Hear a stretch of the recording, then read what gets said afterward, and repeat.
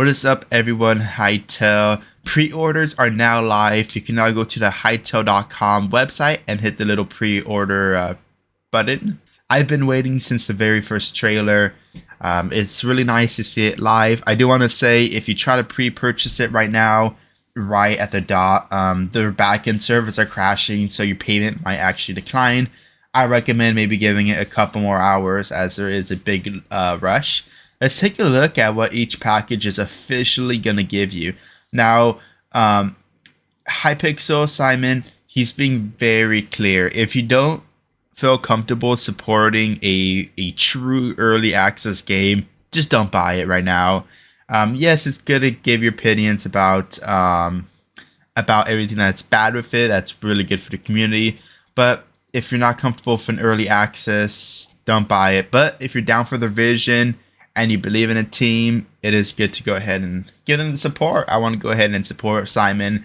I think they did a fantastic job on Hypixel.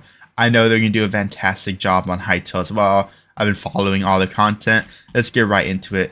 So standard is going to have, of course, game access. And you're also going to be able to lock in your username. So if you weren't able to get a username early, now is the time to go ahead and lock in your username.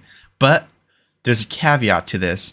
If you lock in your username right now, for my best understanding, I'll put a correction in the comments if it changes. You cannot change your usernames. I believe right now, whatever username you pick, you're stuck with for the next 53 days or so. I saw a couple people complaining on the Hytale Discord about not being able to change their name after buying the game. So I'm pretty sure that's how it is. It'll lock you in on your usernames. Alright, then moving on to what you actually receive for each package, the standard, supporter, and curse breaker. It is listed right here, but there's actually a visual aid down here that shows exactly what you get. So for the standard, you are getting 3 different skins and an exclusive cape. The 3 skins you get is the Forest Guardian set, a Voyager set, Savannah Scout set, and of course the exclusive standard cape. All 3 of these look pretty cool, pretty detailed, very zone like 1 and 2 type of feeling.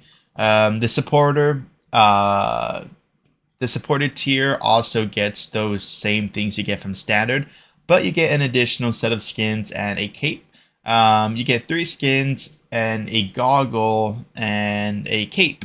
The goggle is very interesting. Let's start off with the skins. You get the Featherbound set, you get the Scavenger set, the Arctic Scout set, Explorer goggles, and 3 exclusive supporter capes. I don't want to make this video too long, but this Featherbound set, it's sort of an elf with feathers. I haven't seen a elf concept that's very feathery before. That's pretty cool to see. The Scavenger set, sort of a wolf bad boy out in the deserts being a hunter. That's pretty cool. I could see like an entire tribe of them. That'll be a really fun gameplay series. The Arctic set, she's very much a researcher type of feel I'm looking at. Explorer goggles, those are pretty cool. I assume you could pretty much put them on any of the characters. That'll be pretty cool and interchangeable. Then you get 3 exclusive supporter capes. This sort of scavenger one looks really sick to me, well as this golden noble one. The feather one is pretty cool, but not really my style. This golden one though, I could really see it looking nice with a nice set of iron armor around them, well as maybe even a gold set of armor, even a diamond set of armor would be pretty sick if they have all those same materials. Moving on from the supporter, you then get the curse breaker, which of course comes with everything that the supporter and the standard package came with. It is also 3 times the price. So you get everything else, plus you get the Hope of Gaia set. It's interesting that she is flying. Maybe she has a built-in flying ability.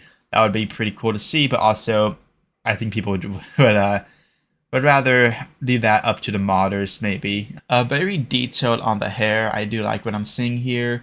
Then you get the Void Hero set. Pretty cool assassin feeling going on. Do like the emerald markings. And then you have the Popstar set. I think this one is going to be the most popular with all the e-boys and e-girls. Then you got the Void Bearer set. He looks pretty sick.